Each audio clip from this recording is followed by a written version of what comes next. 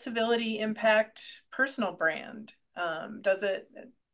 Does my personal brand, is it affected by the way I conduct myself not only at the company but beyond the company, and my leadership presence and my leadership style?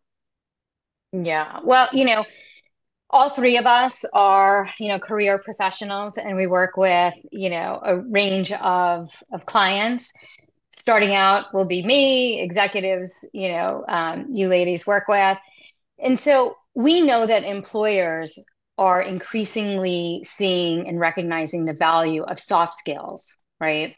And so, one key aspect of making a significant impact on your personal brand is civility, right? Employers want to have confidence in their employees that in any given work situation, whether it's positive or negative, they will be able to handle it civilly, right?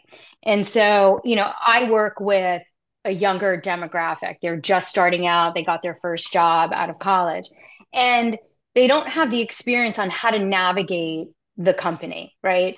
And company politics, right? There's company politics everywhere. So I always try to give them the perspective of looking at their presence or their leadership presence, even though they don't think they have a leadership presence because they're young. You don't need to have experience to be a leader, right? Um, and their personal brand, integrating civility into that has a positive impact on their personal brand and their reputation, right? So if you look at it, integrating civility into your daily interactions, it helps to build and foster relationships with colleagues, clients, and key stakeholders, right? So people want to work with those that are easy to collaborate, that they know will be respectful of differences, difference of opinions, difference of culture, things of that nature. We all have our own unique story and we all have our unique background. So we always come to the table with different perspectives. So we have to be able to respect that amongst each other. So it's important to integrate civility so that you can build those relationships, especially as a young professional. And even as executives, you want to make sure that if you're an executive or CEO and you have a mission or vision or some global initiative that you want to roll out to the organization, right? What better way than to make sure that you've got everybody on board than to demonstrate civility on a daily basis so that people feel celebrated, they feel appreciated, right? And then also it enhances your professional reputation. Your actions and how you act, how you behave, how you interact with others, your employers want to make sure that you are a positive extension of their company. So if you are adhering to their policies, and it's not even just adhering, it's just being a good person and making sure you're treating your clients with respect, your colleagues with respect, and being kind and being empathetic, to your earlier word, Laura, that you use. It's all of that, right? So it really does enhance that reputation, right? Because then you'll be known for the person that is able to gain consensus, and you're easy to work with, and you're open to different ideas, and you can pivot quickly, especially in the tech space, right? It's about being agile. Laura, you and I did a whole YouTube video on how to be agile in the tech space, right? And then the last one is incorporating civility into your daily interactions.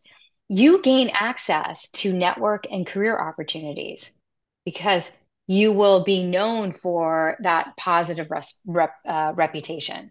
So it really opens a lot of doors for you because it will enhance your personal brand and your leadership presence. And it doesn't cost anything, right?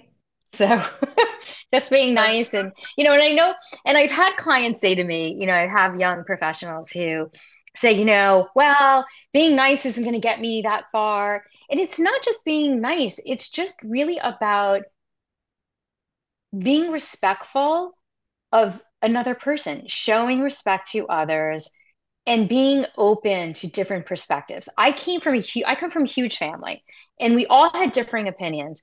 And when we got together on Sunday night for dinners, when we had all moved out, we were all living on our own, we had very spirited debates about politics, about whatever was going on in the world. And we always were able to recognize the differences and respect the differences. And we all walked away with learning something new from a different perspective. And that's really what it's about. And I think we live in a volatile um, climate right now, in that there's this mentality that if you aren't necessarily adhering to what majority of the people are saying, then you're being labeled. And I think we're going down a dangerous path when we do that, because it goes against the thought process that you gain creativity by diversity of thought, ideas, and perspectives. And if you start shutting down those conversations,